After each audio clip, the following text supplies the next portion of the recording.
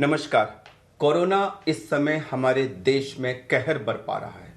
इसके लक्षण क्या हैं और इसका घर पे रह के कैसे इलाज करें, इसके बारे में चंद अहम बिंदुओं को जल्दी जल्दी हम डिस्कस करते हैं।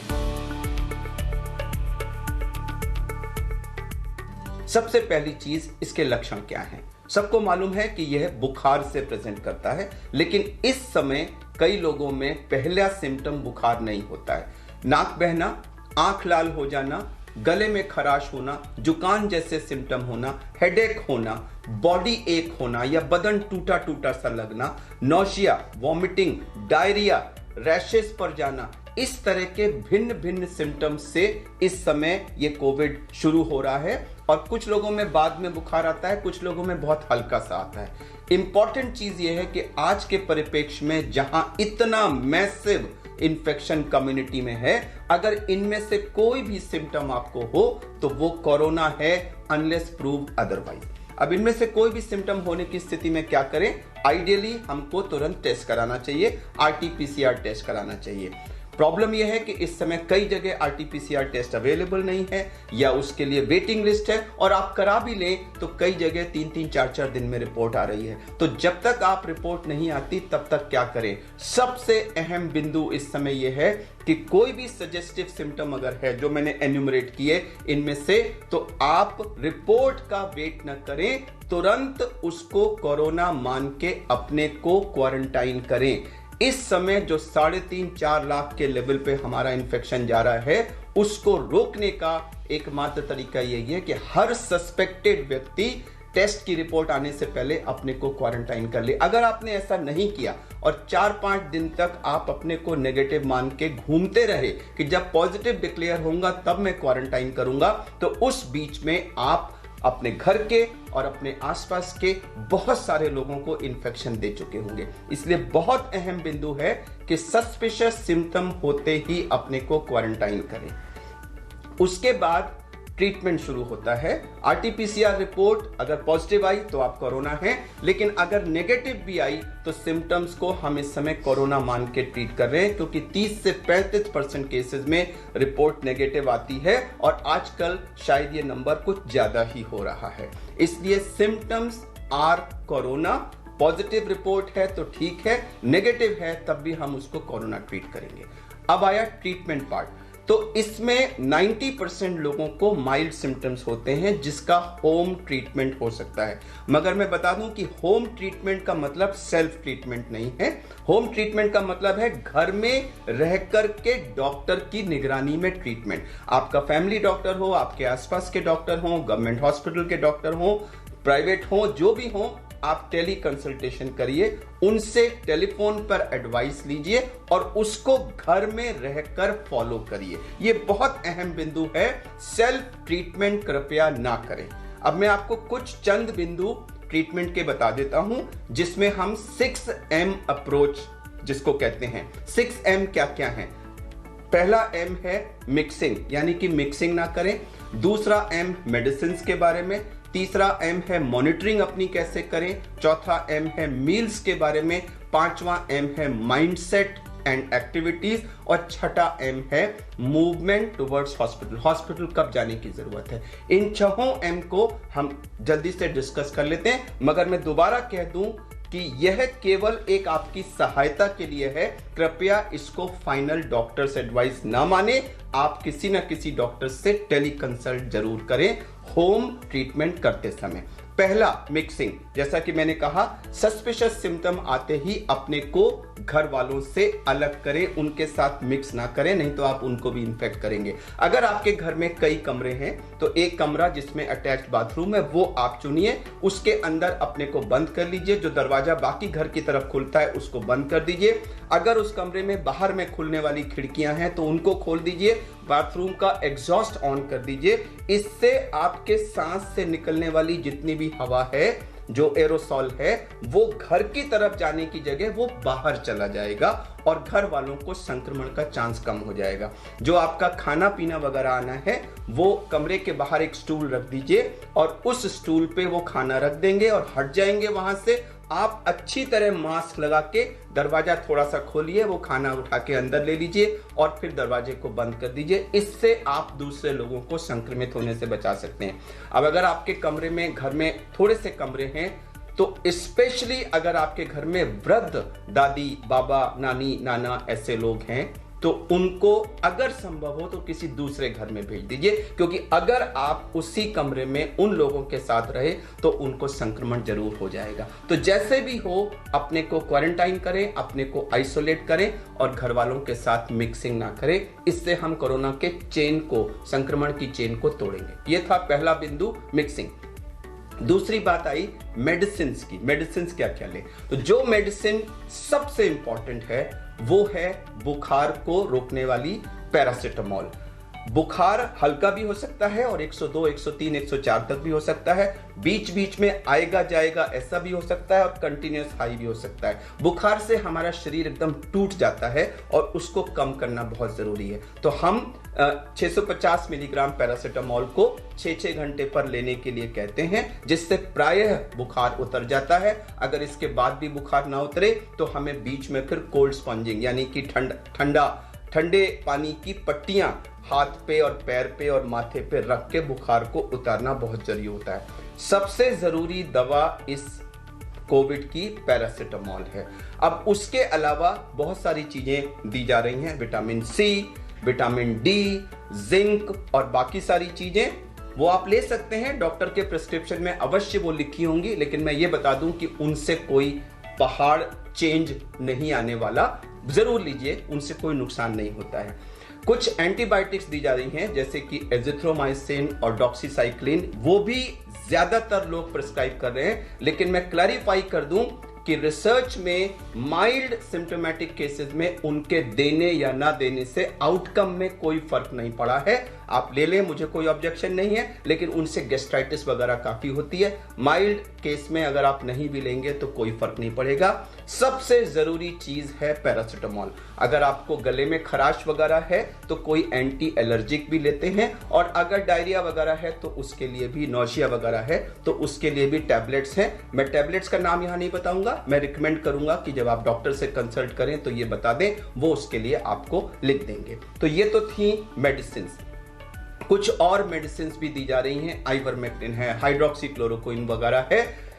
मैं दोबारा कह दूं कि किसी भी रिसर्च में इन मेडिसिन से आउटकम में कोई फर्क नहीं पड़ा है।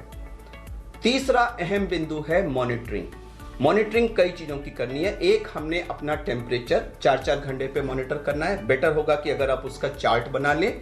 सबसे ज्यादा इंपॉर्टेंट मॉनिटरिंग है हमारी ऑक्सीजन की, जिसमें कि एक पल्स ऑक्सीमीटर आता है, जिसमें अंदर आप देखेंगे ऑन करके तो एक तरफ रेड लाइट आती है।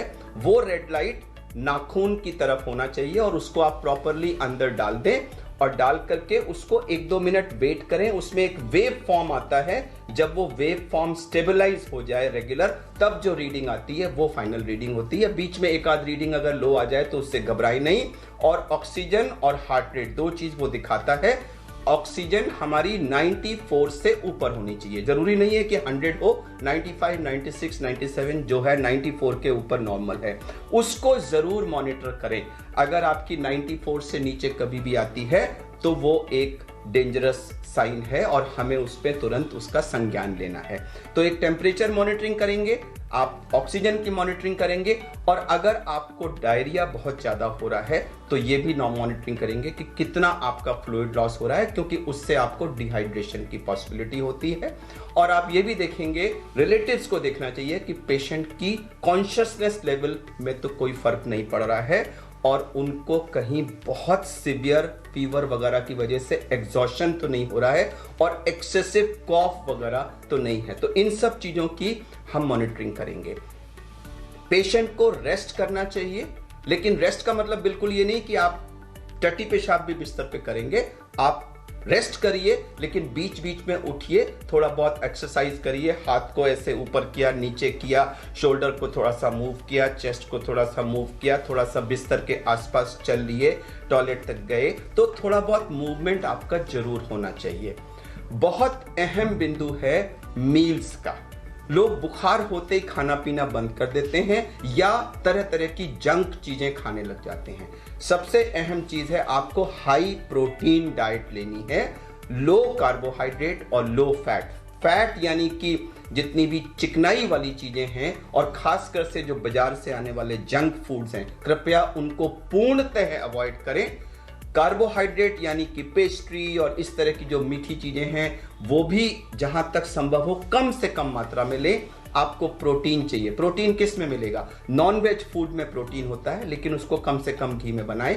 एग्स में प्रोटीन होता है, वेजिटेरियंस के लिए पनीर में प्रोटीन होता है, सोयाबीन में 40% प्रोटीन होता है, तो सोयाबीन का आटा का रोटी बना लें, सोयाबीन की किसी भी तरह की प्रिपरेशन ले लें, इन सब में प्रोटीन होता है। फ्रूट्स को, फ्रेश फ्रूट्स को ज्यादा से ज्यादा मात्रा में लें। फ्रेश फ्रूट जूस भी ले सकते हैं। जो कैंड जूसेस वगैरह बाजार से आते हैं उनको जहां तक संभव हो अवॉइड करें। बहुत इंपॉर्टेंट है कि आप हर थोड़ी थोड़ी देर में, आधे आधे घंटे में कुछ ना कुछ खाते रहें, ताकि पेट में कुछ ना कुछ खाना पहुंचता रहे, जिससे गैस्ट्राइटिस कम होती है। पानी की मात्रा यानी पीने वाली यानी लिक्विड्स की मात्रा 24 घंटे में 2.5 लीटर से ऊपर होना चाहिए। अनलेस कि आपको किडनी की या हार्ट की कोई प्रॉब्लम है और फ्लूइड रिस्ट्रिक्शन पे है तो अलग बात है। अगर आप नॉर्मल पर्सन हैं तो आपको 2.5-3 लीटर फ्लूइड जरूर लेना है, जिससे बॉडी में डिहाइड्रेशन ना हो। तो ये हुई हमारी मील्स की बात। बहुत अहम बिंदु है हमारा माइंडसेट और हम कैसा सोच रहे हैं। इस समय पूरा देश एक पैनिक की स्थिति में है, हर घर इसकी वजह से टेंस है। मैं आपको बता दूं कि जब हम पैनिक्ड होते हैं, टेंस होते हैं, परेशान होते हैं, तो उस समय हमारे शरीर में बहुत सारे स्ट्रेस हार्मोन्स रिलीज होते हैं। एड्रेनलिन उनमें से एक है।